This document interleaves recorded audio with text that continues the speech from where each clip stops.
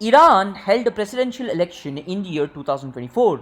The winner, however, had almost no control over Iran's military or its foreign policy or its judiciary. So, what exactly did he win? Most countries have a relatively simple power structure. You can draw it in about 30 seconds. President at the top or prime minister, cabinet below, parliament beside them, maybe a supreme court. Done. Iran is not like most countries. Iran has a president. It also has someone who's above the president who was never elected by a general vote. It has a parliament that can pass laws and a separate body that can erase those laws even before they take any effect. It has got two distinct militaries, and these two distinct militaries answer to two different masters. It has a council that selects the man who oversees that council. And here's what makes Iran fascinating from purely a structural perspective. None of this is actually accidental. Every institution was designed, every overlap was intentional. The system was building to solve a very specific problem, and once you understand the problem, the solution becomes not just logical but almost elegant. Who rules Iran? Ladies and gentlemen, boys and girls, that's the question that we're going to be answering in today's video. Let's build the answer from ground up. To understand Iran's government, you have to start not with an institution but with a fear. In 1979, Iran's revolution succeeded. Mohammad Reza Shah, the king, backed by Western powers running a state security apparatus feared for its brutality, was gone. But the revolutionaries immediately faced a question that every great revolution in history eventually faces. Now what? Different factions had different answers to this. Leftists wanted a socialist republic, nationalists wanted a liberal democracy, religious conservatives wanted something entirely altogether, something that had never existed before in the modern world. Khomeini had a theory, and his theory would become the blueprint for an entirely original form of government that the world had never seen. Velayat-e-Faqih, guardianship of the Islamic jurist. This is the foundational concept of the Islamic Republic, and it is unlike anything in the Western political theory. Here's the core idea stripped to its simplest form. In a standard democracy, legitimacy comes from people. The people vote, the winners govern. That's the entire theory. In Khomeini's framework, legitimacy and legitimate governance actually comes from two sources simultaneously. One, the will of people, and two, adherence to Islamic law as interpreted by qualified religious scholars. Neither source alone is sufficient. A government purely by popular vote could vote its way into laws that contradict the Islamic principles. A government purely by clerical decrees would have no popular legitimacy. The solution was to actually go ahead and build a system where both sources of authority are structurally embedded and where a supreme religious scholar sits at the appendix, ensuring neither cancels the other one out. This theory was codified into the 1979 Constitution of the Islamic Republic, revised significantly in the year 1989. And the Constitution is the architecture we are going to explore. Here's the first thing you need to understand about Iran's system. It contains two parallel tracks of authority running simultaneously. One track is elected, one track is not, and they are deliberately intertwined. Let's start at the top of the appointment track because this is what most outsiders get confused and where the real answer to who rules Iran actually lies. The supreme leader, in Farsi, Rabar meaning leader, is the single most powerful position in the Islamic Republic. According to Article 110 of Iran's constitution, the supreme leader's authorities include determining the general policies of the Islamic Republic, supervising the implementation of those policies, commanding the armed forces, declaring war and peace, appointing the heads of judiciary, confirming the president's election, dismissing the president under specific conditions, appointing directly or indirectly key positions throughout the state.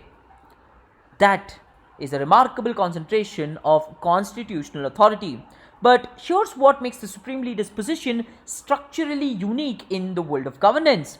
He is not elected by general public vote. The Supreme Leader is selected by a body which is actually called the Assembly of Experts, which means we now have to understand the Assembly of Experts, and when we do, we'll discover something that makes Iran's power structurally genuinely unlike any other system in the world.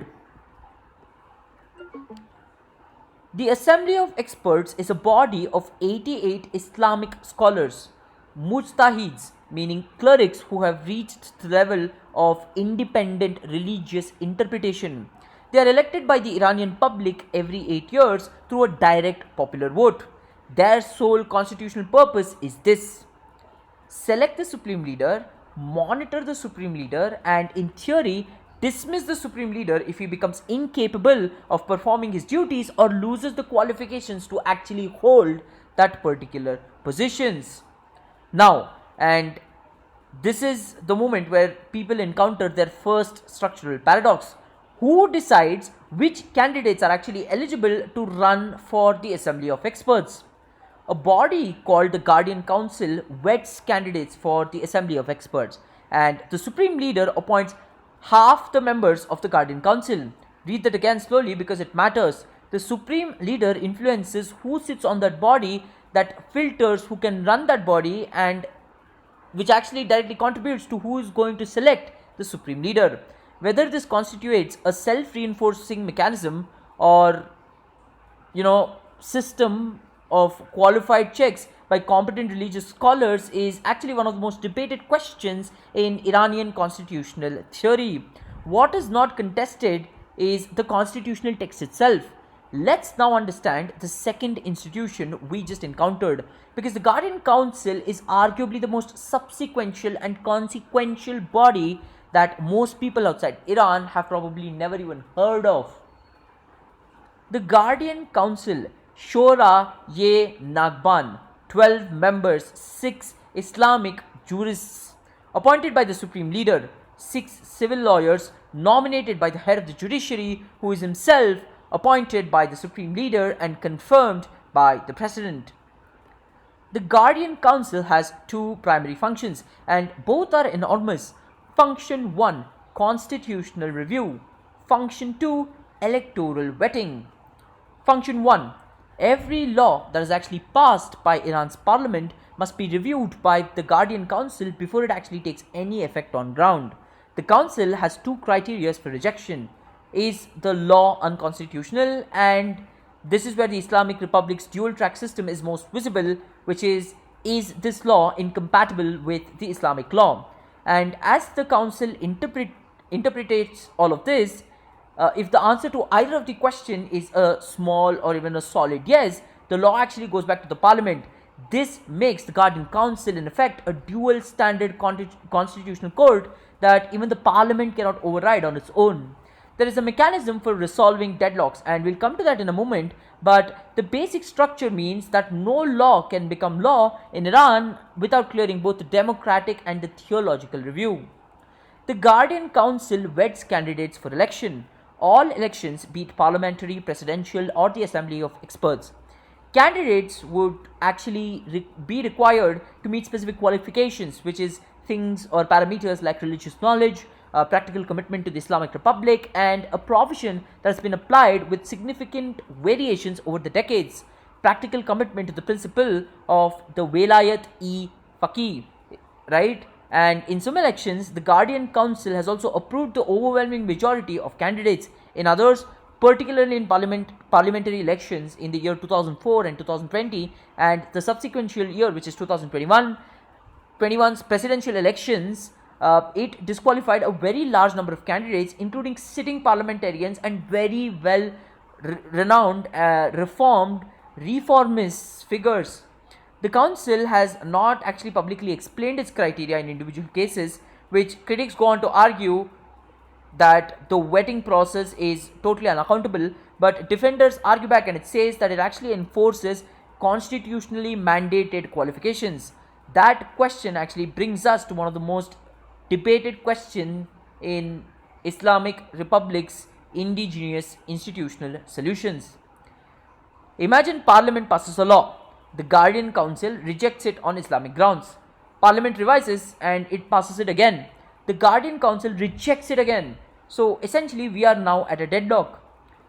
This happened repeatedly and it happens more than we speak about, right? In the 1980s, the new Islamic Republic kept encountering situations where practical governance, which is the economy, the foreign, the trade, the taxation, the military needs, required legislation that the Guardian Council found problematic under strict Islamic jurisdictions. And Khomeini's solution was a proposal for a new institution which was codified in the 1989 constitution revision, which was the Expediency Discriminant Council, or which is also called the Maslahat or Expediency or the interest of the system. The Expediency Council's official name tells you exactly what it was actually built for. It actually exists to determine what is the interest of the Islamic Republic as a whole, when strict application of law, which is Islamic or constitutional, would produce a harmful result. Its members, typically senior political figures, former president, former parliamentary speakers, military commanders, scholars, all are appointed directly by the supreme leader for renewable 5-year long terms. Role 1: resolve deadlocks between the parliament and the Guardian Council. Role 2: advisory body to the supreme leader on major state policy when parliament and the Guardian Council actually deadlock. And when the dispute actually goes to the Expediency Council, the Expediency Council can approve the Parliament's version or even go on to the Guardian Council's objection to stand on that particular grounds based on any national interest that it actually requires. This is a remarkable provision because it means that in certain circumstances, practical governance can override strict religious jurisdiction interpretation, right? And the system has a release valve, right? But the valve is actually controlled by the supreme leader, who appoints every single person on the council so he's the one essentially authorizing every single person on that council to even use those powers. Now, with the architecture established, let's introduce the elected track, the part of Iran system the most Western coverage focuses on very exclusively. Iran holds regular elections, presidential elections every 4 years, parliamentary elections every 4 years on a different cycle. Voter turnout has varied significantly across Iran's history. In some elections, it has surpassed 70%. In other elections, it's actually dropped dramatically. And a fact that itself tells a story about public engagement with the elected institutions. Let's start with the president. The president of Iran is constitutionally the head of the executive branch and the second highest official in the state. The president implements the constitution except for provisions that fall under the supreme leader's direct authority. He also signs the international agreements subject to parliamentary ratification, of course. He proposes the national budget. He appoints cabinet ministers. He is also subject to parliamentary approval for any new laws that needs to be passed. He chairs the National Security Council through major security decisions that require the supreme leader's agreement as well. The president has genuine exclusive power over significant domains like economic policy, like social policy, domestic governance, budget allocation, Iran's day-to-day administrative functions. And when price rises in Iran's market, when infrastructure is built or neglected, when government services improve or deteriorate, that is substantially within the president's domain and charter. What the president does not go on to control is the board of directors of the foreign policy, which the supreme leader sets, the military, which includes forces that answer directly to the supreme leader, the judiciary, the approval of his own election, which the Guardian Council and ultimately the supreme leader must confirm, and that is when it becomes legitimate. Now, the parliament, the Majlis, 290 members directly elected by Iranians, including 5 reserved seats for recognized religious minorities: Armenian Christians, Assyrian Christians, Jews, Zoroastrians, and Jewish communities. This is a constitutional provision that surprises many viewers, and it's worth pausing on because non-Muslim citizens of Iran have constitutional guaranteed parliamentary representation, which is something to appreciate, at least for a second.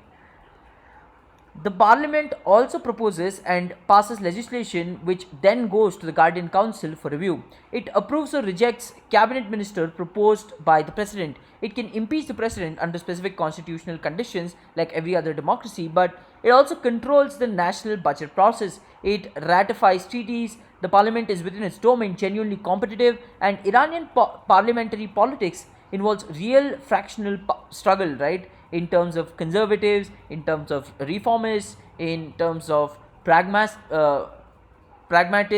in terms of principalists, and parliamentary debates can substantively be continuous. The constraint is the vetting process before the election and the review process after the legislation. Within those constraints, the Majlis is not any kind of a simple rubber stamp. The head of Iran's judiciary is appointed directly by Supreme Leader for 5 renewable years and is accountable to the Supreme Leader. The judicial branch is constitutionally separate from both the exclusive and the legislative branch, but its senior leadership is appointed by and answers to the appointed track. The judiciary interprets law in both civil and criminal matters. It also houses specialized courts, including courts that handle cases related to national security and press offenses, which processes have criticized whose processes have actually been criticized by international legal observers for due process standards. This is the element of the Iran's system that mostly goes on to actually surprise people from outside the country.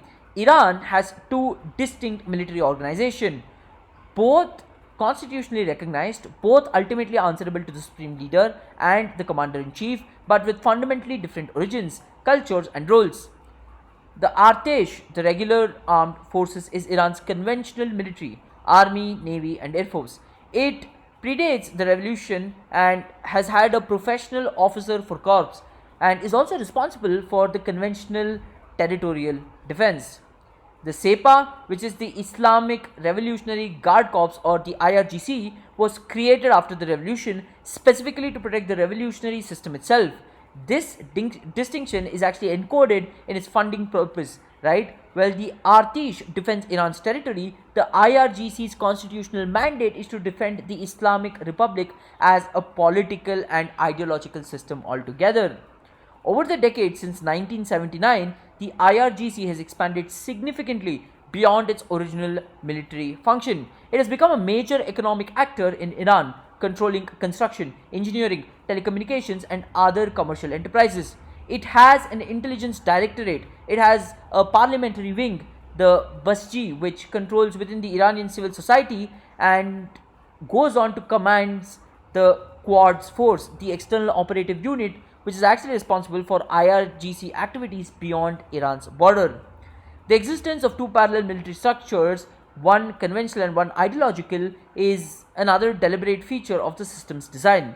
It means no single military institution has a monopoly on armed forces. It means that the revolutionary system has its own armed guardian, independent of the regular office corps, and it means that both militaries answer to the same apex in the leadership ladder, which is the supreme leader. Let's step back and see the whole system at once.